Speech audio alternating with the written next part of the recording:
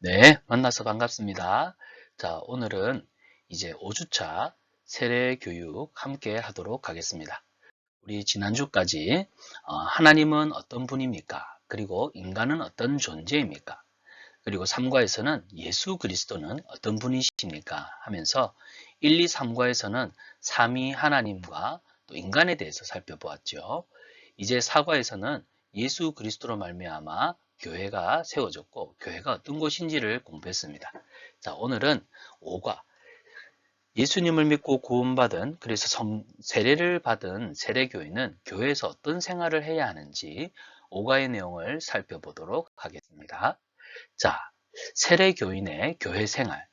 세례교인의 교회 생활은 어떻게 해야 할까요? 마음열기를 보면 호두과자를 제일 먼저 만든 천안 성심교회 신복순 권사님이 있습니다. 여러분 천안 가면 호두과자로 굉장히 유명하죠. 저도 천안에 있는 신학대학원을 다닐 때 종종 호두과자를 먹고 이용했던 기억이 있습니다. 심 권사님은 천안에서 많은 호두를 이용해 과자를 만들었습니다. 이것이 히트 제품이 되었고 돈이 조금씩 들어오게 되었습니다. 그래서 심 권사님은 하나님께 서원 기도를 드렸죠. 하나님, 저는 결코 혼자가 아닙니다. 하나님과 함께 동업하는 것입니다. 지금부터 제가 버는 돈의 절반은 하나님의 것으로 믿고 하나님을 위해 사용하겠습니다. 그래서 신권사님은 이 호두과자 봉투에 주 예수님을 믿으십시오라는 성경 말씀을 인쇄해서 어, 자기 제품을 판매했죠. 자, 신권사님은 또한 자기가 지금까지 번 많은 돈으로 7개의 교회당을 지었습니다. 심권사님이 어렵게 살 때 평생 혼자 힘으로 예배당 7개만 짓게 해주세요라는 서원 기도를 드렸는데 이 기도가 응답받게 된 것이죠. 물질이 풍성하게 되어서도 하나님 앞에 그 많은 돈으로 자고하지 않고 교만하지 않고 하나님 앞에 정말 그 서원했던 바를 지켜드렸던 심권사님의 아름다운 이 믿음의 모습을 발견할 수가 있습니다.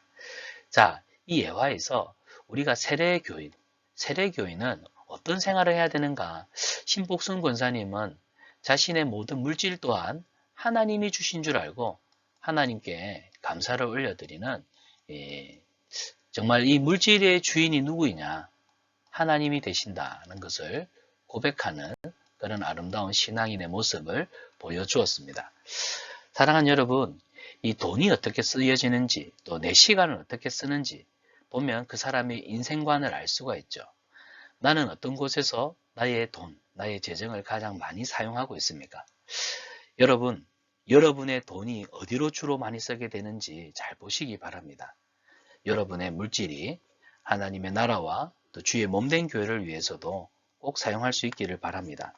여러분의 물질이 지나치게 사치품이라든지 또 너무 세상의 어떤 허용스러움에 따라가고 있다고 한다면 여러분 우리 그리스도인의 물질관으로서 바람직하지 못합니다.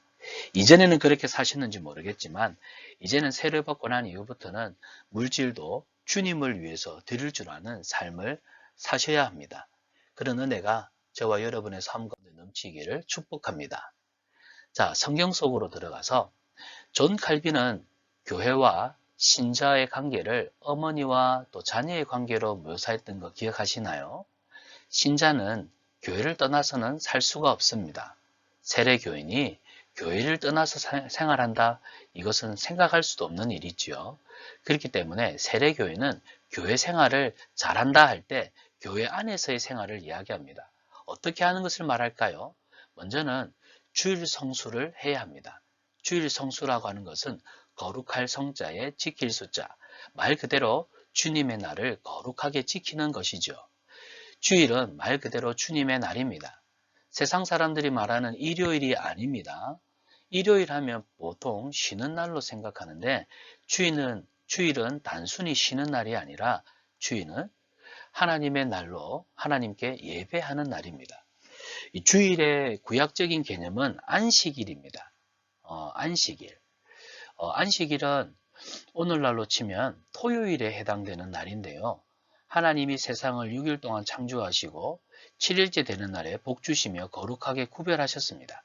그래서 구약에서는 안식일을 지켰지만 신약에 와서는 예수 그리스도께서 우리 죄를 위해 죽으시고 부활하신 이후 그래서 안식일은 주일로 바뀌게 되고 주님의 날로 바뀌게 되었습니다. 그래서 신약의 모든 성도들은 주일을 성수함으로 하나님 나라 백성이 되었음을 확인하게 되는 것이죠. 자, 우리 예배 지침 2장에 보면 주일 성수에 대해서 이렇게 기록하고 있습니다. 주일 성수는 인류의 당연한 의무이다. 이날은 일체의 육신적 사업을 중지하고 성경의 교훈에 따라 거룩히 지켜야 한다. 주일은 예배와 안식에 방해되는 개인의 유익을 추구하는 경제 행위를 금하며 세상 염려와 연회나 또 저속하거나 세속적인 행위와 쾌락적 행동을 삼가해야 한다라고 되어 있죠. 자, 여기 우리가 염두에 둬야 될 것은 개인적인 유익을 추구하는 경제 행위는 금하십시오. 그리고 세상적 염려와 연회나 또 저속하고 세속적인 쾌락적 행동도 우리가 주일에는 좀 지양해야 되는 행동입니다. 그러니까 이 행동들은 이러한 삶은 우리가 주의하는 것이 좋겠습니다.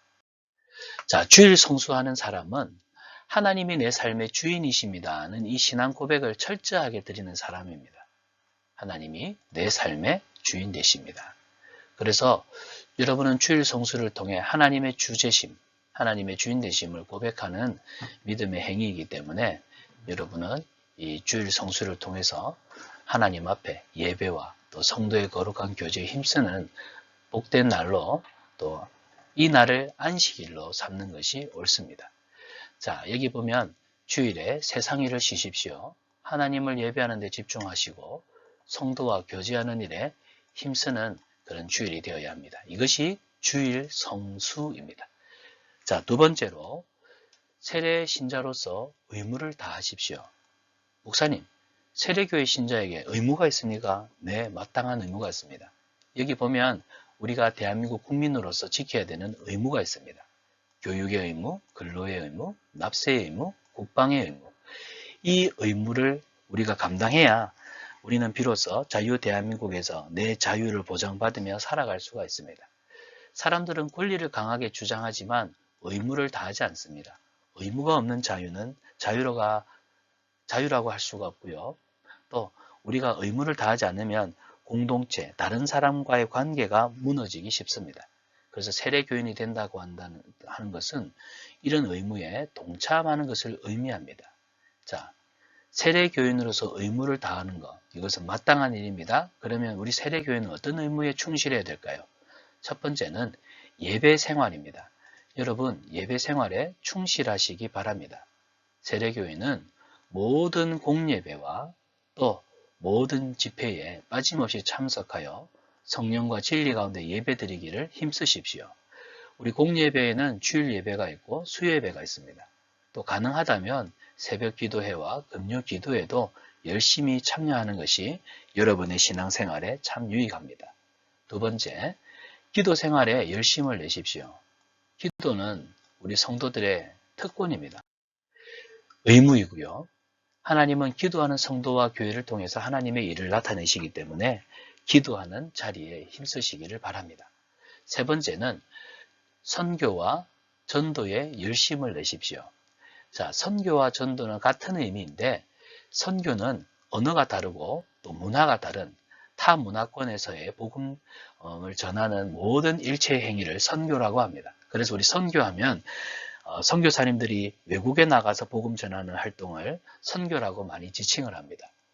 전도는 같은 문화, 같은 언어권에 생활하는 사람들에게 복음을 전하는 일체의 행위입니다. 그러니까 선교와 전도는 한마디로 예수님의 복음 전하는 일이 되겠죠. 교인으로서의 의무가 있다면 선교와 전도, 복음 전도에 힘써야 한다는 사실입니다. 교회의 사명이 복음 전파입니다. 우리를 세상의 빛으로 또 우리를 소금으로 부르신 이유는 여전히 복음을 듣지 못한 자들에게 생명의 주 되신 예수 그리스도의 복음을 듣게 하기 위함입니다.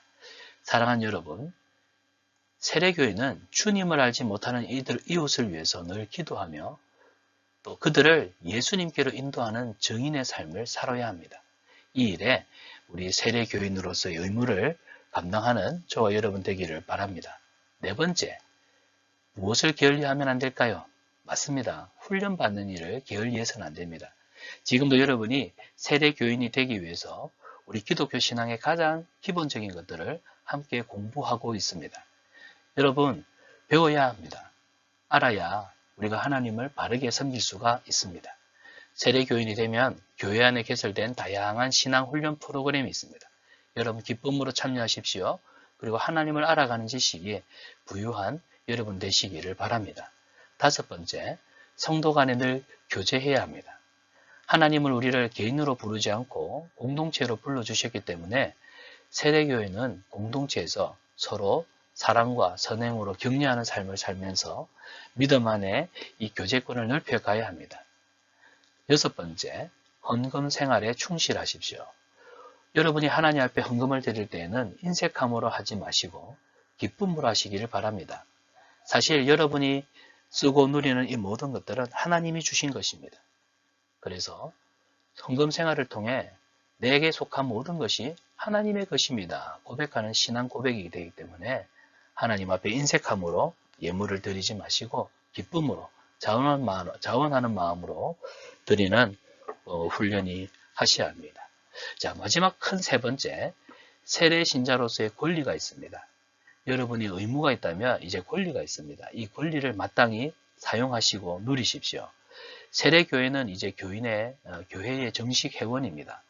그러므로 마땅한 권리가 있는데요. 교회정치 3장 24조를 보면 세례교인은 성찬을 참여할 수 있고 공동의회에 참여할 수가 있습니다. 그래서 여러분은 교인으로서 이러한 청구권과 영적 보호의 권리를 가지게 됩니다. 성찬은 예수님의 살과 피를 기념하여 떡과 포도즙으로 행하는 예식이고요. 또 공동의회는 교회의 회원으로서 교회의 가장 중요한 예산과 결산, 그리고 교회의 재산권, 그리고 교회의 중요한 회무를 처리하는 최고 의결기관입니다. 세례교인이기 때문에 마땅한 권리를 행사하여 주님의 몸된 교회를 세우는 이 일에 힘쓰시기를 바랍니다. 자, 여기까지 세례교인의 의무에 대해서 살펴보았습니다. 여러분, 내가 주일을 거룩하게 지키기 위해서 버려야 할 것들은 무엇인지를 한번 고민해 보시기를 바라고요. 또 세례교인의 의무로서 내가 잘 지키지 못하는 것들은 무엇인지, 또 내가 어떻게 해야 잘 지켜갈 수 있을지 기도하면서 여러분이 여러분의 삶을 재점검해 볼 수 있기를 바랍니다. 자, 세례 시취용 문답을 꼭 5번 이상 정독을 하십시오. 그리고 영상으로 교육을 받으시는 분들은 꼭 한번 손으로 1번부터 8번까지 수기로 적어서 제출하시기를 바랍니다.